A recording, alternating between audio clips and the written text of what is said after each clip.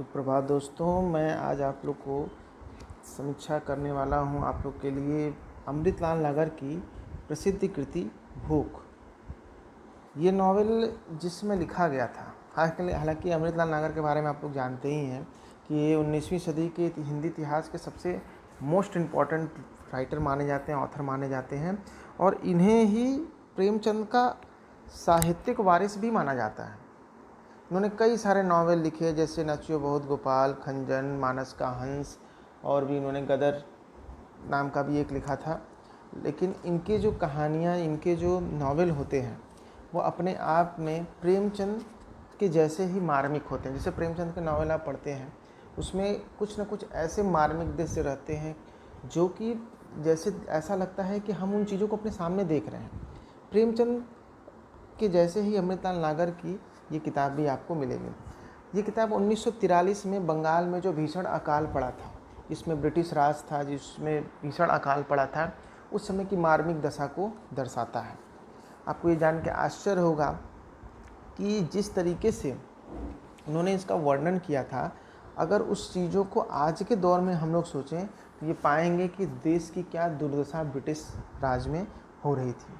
सन 43 का जो बंगाल दुर्भिक्ष था उसमें मनुष्य की चरम दयनीयता और परम दानवता का जो दृश्य था वो कोलकाता में लोगों की आंखों देखा था। जिस तरह से फुटपाथ पर ऐसी विभत्स करुणा से भरे हुए थे लोग, आठों पहर ऐसा मन माहौल बना हुआ था कि भूख से लोग मर रहे थे, उन्हें खाना लेते नहीं बनता था।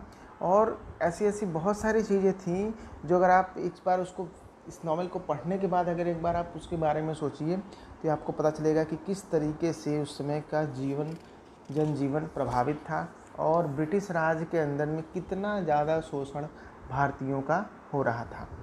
और अगर आपको ऐसा फील करना है कि भूख क्या होती है, क्योंकि सन 43 का सबसे भीषण अकाल माना जाता है बंगाल का, और उस चीज़ को अगर आपको फील करना है तो आप सिर्फ 2 दिन बिना खाए रहिए।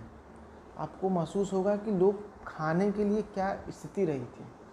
जैसे कि कई जगह आपको उल्लेख मिलता है कि कुछ जगह, जैसे गांधी जी ने भी अपने नावल में ये चीज़ लिखा था, वो लिखते थे कि वमन किए हुए चावल के दानों को बीन कर लोगों ने खाया था। ऐसा अकाल ब्रिटिश राज में पड़ता था।